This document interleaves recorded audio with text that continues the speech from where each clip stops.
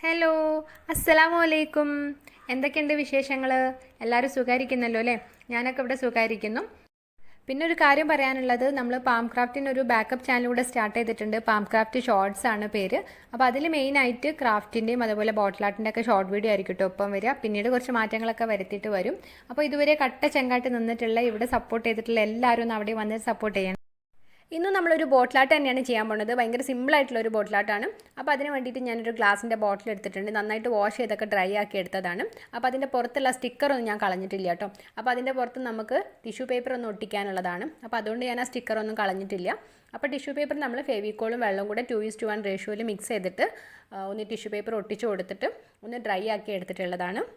പിന്നെ ഞാനിവിടെ എടുത്തിട്ടുള്ളത് എഗ് കാർട്ടൻസ് ആണ്. അപ്പോൾ എഗ് കാർട്ടൻസ് വെച്ചിട്ട് നമ്മളിങ്ങനെ ഫ്ലവേഴ്സൊക്കെ ഉണ്ടാക്കിയിട്ട് ഒരുപാട് ബോട്ടിൽ ആർട്സ് ഒക്കെ കണ്ടിട്ടുണ്ട്. അപ്പോൾ ഇത് അതൊന്നുമല്ല കേട്ടോ, കുറച്ചൊരു ഡിഫറെൻ്റ് ആയിട്ടുള്ളതാണ്. ഞാനൊന്നിങ്ങനെ ട്രൈ ചെയ്ത് നോക്കിയതാണ്. ഭയങ്കര സിമ്പിളായിട്ടാണ്, നല്ലൊരു ഭംഗിയുള്ളൊരു ബോട്ടിലാണ്. അപ്പം ഞാൻ ആദ്യം കുറച്ച് പീസസ് ആയിട്ട് ഇങ്ങനെ കട്ട് ചെയ്തിട്ട് എടുക്കുകയാണ്. അപ്പോൾ അത് കട്ട് ചെയ്ത് കഴിഞ്ഞിട്ട് നമ്മളിങ്ങനെ അത് കൈകൊണ്ട് തന്നെ ഇങ്ങനെ ചെറുതായിട്ടൊന്നിങ്ങനെ പീസാക്കുകയാണ് കേട്ടോ.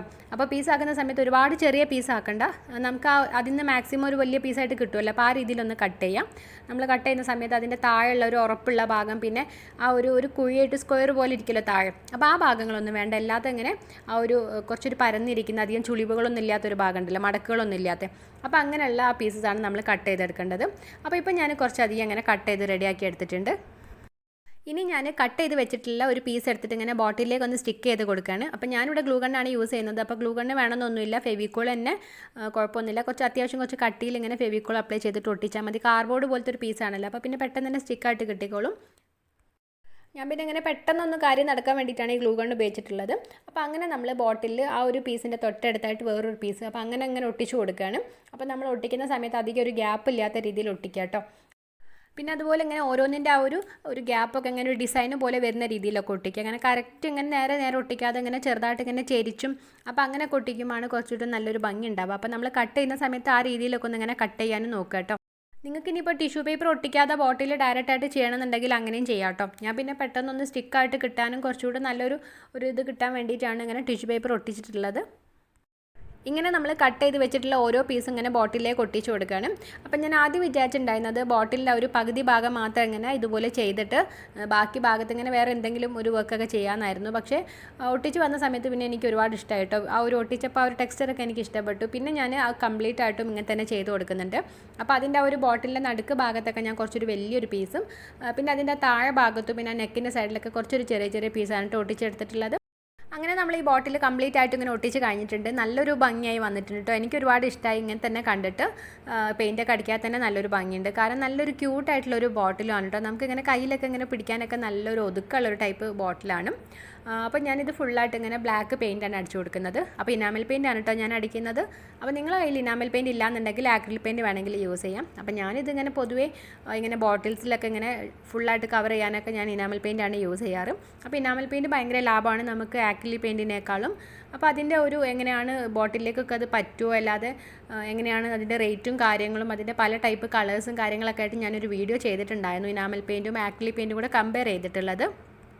ഒരുപാട് പേര് ഇനാമൽ പെയിൻറ്റിനെ പറ്റിയിട്ട് ഡൗട്ട് ചോദിച്ചിട്ടുണ്ടായിരുന്നു. അപ്പോൾ എല്ലാ ഡൗട്ട്സും ഞാൻ ആ വീഡിയോയിൽ തന്നെ ഇങ്ങനെ ക്ലിയർ ചെയ്ത് പറയുന്നുണ്ട്. അപ്പോൾ കാണാത്തവരൊന്ന് കണ്ടു നോക്കണം കേട്ടോ. ഞാനിങ്ങനെ മേലെ ഒരു ഐ കാർഡ് ആയിട്ടും കൊടുക്കാം, അതുപോലെ കമൻറ്റിൽ വേണമെങ്കിൽ ഞാൻ പിൻ ചെയ്തിട്ടുണ്ട് കേട്ടോ. അപ്പോൾ അങ്ങനെ ഞാനിങ്ങനെ ഫുള്ളായിട്ട് ബ്ലാക്ക് പെയിൻറ്റ് അടിച്ചിട്ടൊന്നിങ്ങനെ ഡ്രൈ ആക്കിയൊക്കെ എടുത്തിട്ടുണ്ട്. നല്ലൊരു ഭംഗിയുണ്ട് കേട്ടോ കാണാൻ. ആ ഒരു പേപ്പറൊക്കെ ചെയ്തുകൊണ്ട് തന്നെ ഒരു പ്രത്യേക ഒരു ലുക്ക് ഉണ്ട് കാണാൻ. നല്ലൊരു ടെക്സ്ചറൊക്കെയാണല്ലോ ആ ഒരു എക്കാർട്ടിൻ്റെ പുറത്തിങ്ങനെ നല്ലൊരു ചുളിവുകളൊക്കെ വന്നിട്ട് നല്ലൊരു ടെക്സ്ചറാണ്. അപ്പോൾ ആ ഒരു ടെക്സ്ചർ നമുക്കിങ്ങനെ കുറച്ചും കൂടെ ഒന്ന് എടുത്ത് കാണാൻ വേണ്ടിയിട്ട് ഞാനിങ്ങനെ മെറ്റാലിക് ഗോൾഡ് വെച്ചിട്ടൊന്നിങ്ങനെ ചെറുതായിട്ടൊന്നിങ്ങനെ ടച്ച് ചെയ്ത് കൊടുക്കുന്നുണ്ട്. അപ്പോൾ അങ്ങനെ ചെയ്യണമെന്നൊന്നുമില്ല കേട്ടോ. എനിക്ക് ആ ബ്ലാക്ക് കളറിന് ഒരുപാട് ഇഷ്ടമായിട്ടുണ്ട്. നല്ലൊരു ടെക്സ്ചറൊക്കെ കാണുന്നുണ്ട്. പിന്നെ ആ ഇങ്ങനെ അധികം ഗ്ലൈസിംഗ് ഒക്കെ ഇനാമൽ പെയിൻ്റ് ആണെങ്കിലും കൂടി അധികം ഗ്ലൈസിംഗ് ഒക്കെ ഇല്ലാതാണ് ഒരു എക്കാർട്ടിനായതുകൊണ്ട് കിട്ടിയിട്ടുള്ളത്. ഞാൻ പക്ഷേ കുറച്ചും കൂടി ഒരു ലുക്ക് കിട്ടാൻ വേണ്ടിയിട്ട് ഇങ്ങനെ ആ ഓരോ പീസസിൻ്റെ മേലെ ഇങ്ങനെ ചെറുതായിട്ട് ഇങ്ങനെ ആ ഒരു ഗോൾഡൻ കളർ വെച്ചിട്ട് ടച്ച് ചെയ്യുന്നുണ്ട്.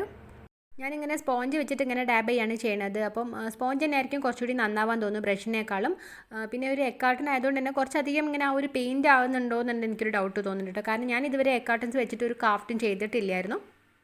നിങ്ങൾക്ക് മെറ്റാലിക് ഗോൾഡിന് പകരം മെറ്റാലിക് കോപ്പറൊക്കെ വേണമെങ്കിൽ യൂസ് ചെയ്യാം കേട്ടോ. നല്ലൊരു ഭംഗി ഉണ്ടാവും മെറ്റാലിക് കോപ്പർ ആണെന്നുണ്ടെങ്കിലും.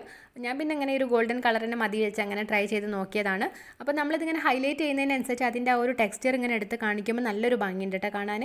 അപ്പോൾ നമ്മളിവിടെ കംപ്ലീറ്റ് ആയിട്ട് ചെയ്ത് കഴിഞ്ഞിട്ടുണ്ട്. ഒന്നാമത്തെ നല്ലൊരു ക്യൂട്ടായിട്ടുള്ള ഒരു കുഞ്ഞു ബോട്ടിലുമാണ്. നല്ലൊരു ഭംഗിയുണ്ട് കാണാൻ. നമ്മൾ ഭയങ്കര സിമ്പിളായിട്ടാണ് ചെയ്തെടുത്തിട്ടുള്ളത്.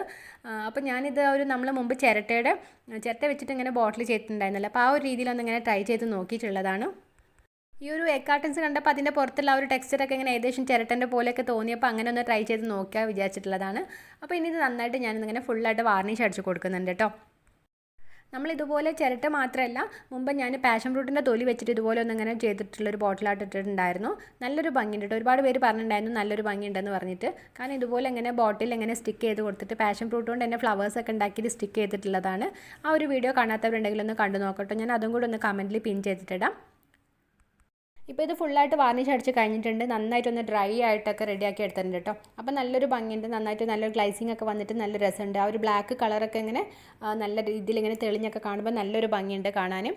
അപ്പോൾ ഞാൻ ആദ്യം വിചാരിച്ചിട്ടുണ്ടായിരുന്നു ഇങ്ങനെ കുഞ്ഞു ഒരു കാർട്ടൺസ് വെച്ചിട്ട് ഇങ്ങനെ ഫ്ലവേഴ്സൊക്കെ ഉണ്ടാക്കിയിട്ട് ഇങ്ങനെ ചെയ്തെടുക്കാമെന്ന്. പിന്നെ എനിക്ക് ഇങ്ങനെ തന്നെ കണ്ടപ്പോൾ ഒരുപാട് ഇഷ്ടമായി. ഭയങ്കര സിമ്പിളായിട്ട് ക്യൂട്ടായിട്ടുള്ളതുകൊണ്ട് പിന്നെ ഞാൻ പ്രത്യേകിച്ചൊന്നും ചെയ്യുന്നില്ല. ഇതിൻ്റെ പുറത്തുള്ള ആ ഒരു ടെക്സ്ചർ നിങ്ങൾക്ക് കാണാൻ പറ്റും. നല്ലൊരു ഭംഗിയുണ്ട്. ഈ പാറയുടെ പുറത്തൊക്കെ ഉള്ള അതുപോലെയൊക്കെ ഉണ്ട്. നമ്മളിങ്ങനെ ഹൈലൈറ്റും കൂടെ ചെയ്ത് കൊടുത്തപ്പോൾ നല്ലൊരു ഭംഗിയുണ്ട്. അപ്പോൾ പിന്നെ ഞാൻ അതിന് പ്രത്യേകിച്ച് ഡെക്കറേഷൻസ് ഒന്നും ചെയ്യാത്തത്. കാരണം ഡെക്കറേഷൻസ് ഒക്കെ ചെയ്യുമ്പോൾ ഇതിൻ്റെ ആ ഒരു ക്യൂട്ട്നെസ് പോവും. അപ്പോൾ നിങ്ങൾക്ക് വേണമെന്നുണ്ടെങ്കിൽ അങ്ങനെയൊക്കെ ചെയ്യാം കേട്ടോ.